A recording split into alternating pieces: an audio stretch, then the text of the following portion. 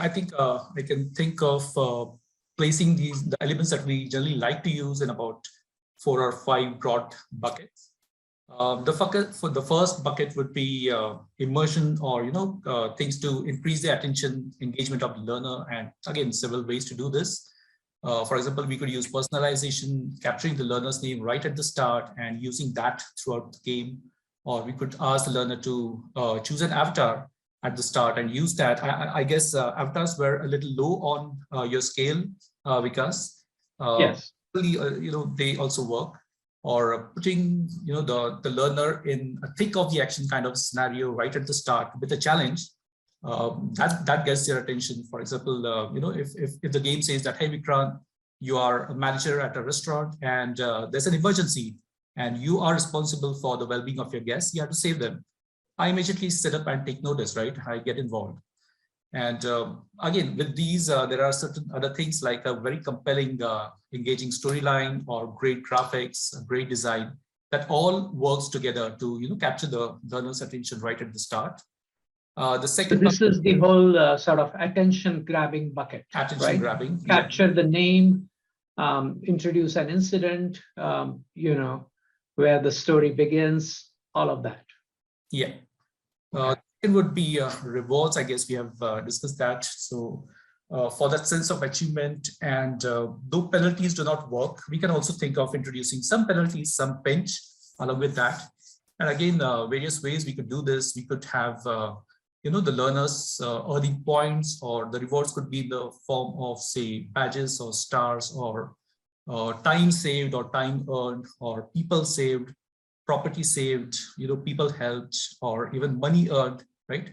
And again, penalties could be designed in a similar way where you take away what you have learned in a certain way.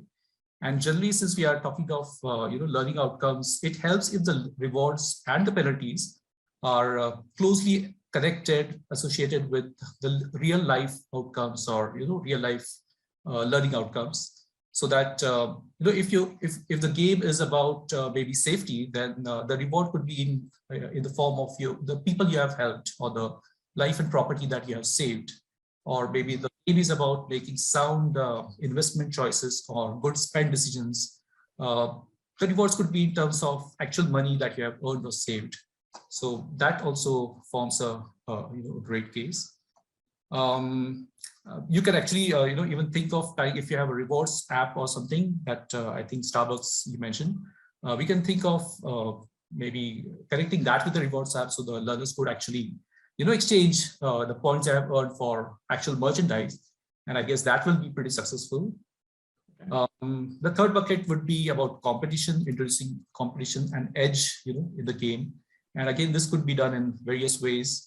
So if you have a group, maybe undergoing onboarding or sales training, having a leaderboard in the game, that will get their attention. So everyone can see how they are doing with vis-a-vis their peers or their their fellow learners.